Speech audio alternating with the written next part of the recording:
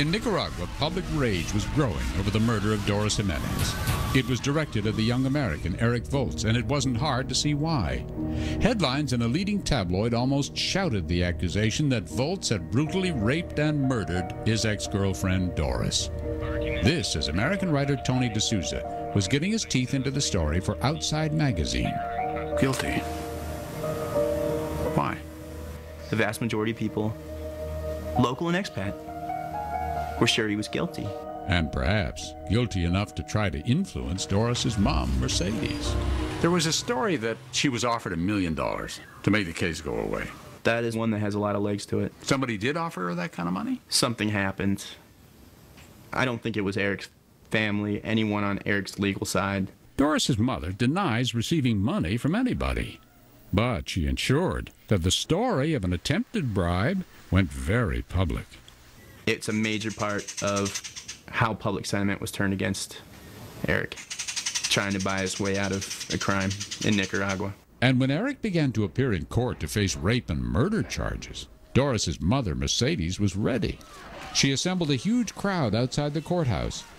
At a pretrial hearing in December, says Tony D'Souza, that crowd became a mob. There were people, though, with machetes, guns, clubs?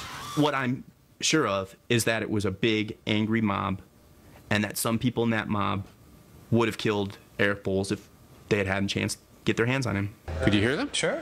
Yelling? Yelling what? Bring out the gringo because we're going to kill him. It was an angry mob of people that weren't interested in justice, but revenge.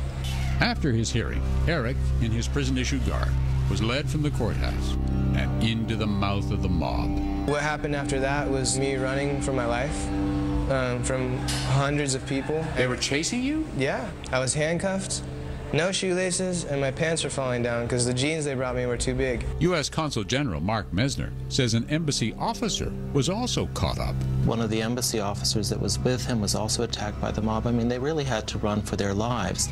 Even so, Eric managed to escape. He took refuge in a nearby gymnasium. I found some rope in the office and tied my shoes up. There was a soft measuring tape, and I cut it with a fork and made a belt. I wet my hand with saliva and actually tore the handcuff off my left hand and and took some flesh with it. What were you thinking? It was, an adrenaline-filled, near-death experience. Eventually, Eric found some police who took him back to prison. He had barely escaped street justice, so it seemed a wise choice to opt for a single judge only and no jury. About 3 months after his arrest, Eric was put on trial, along with Julio Chamorro, who police said was an accomplice to the murder. Local prosecutor Isolde Ibarra charged that Eric murdered Doris, most likely in a fit of jealous rage, after discovering she was dating another man, an opinion supported by Doris's mother, Mercedes. Doris told me she was scared that his jealousy would drive him to kill her. The prosecutor called upon Doris's friends and relatives, like her cousin, Ada, who claimed Eric was so controlling. Doris found herself trying to escape. She tried to leave him. I think she left him, and that's when the problems began. Ada also believed the mystery intruder Doris had worried about was a jealous Eric checking up on Doris. Ada said she last saw Doris at 9 a.m., the day she was murdered, as Doris was leaving for work. She got dressed, she came into the room, kissed the baby, and said, "I'll see you later." 4 hours later, Doris was dead, and it wasn't long before Eric was fingered as a suspect by the prosecutor.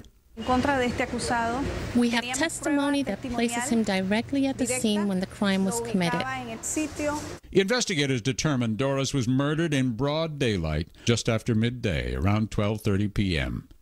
And the prosecutor's prime witness testified in court that he saw Eric right then near Doris's store. He says that at 10 a.m., Eric showed up in a low white car. That Eric paid him to carry 2 bags of clothes to the car. And then Eric got in the car, and they drove away in the direction of Managua. Then the prosecutor presented strong physical evidence, incriminating stuff. There were photos showing scratches on Eric's back, caused, said the prosecutor, by Doris's fingernails in a desperate fight for her life. Forensic tests show they corresponded to self-defense injuries by the victim. And that wasn't all.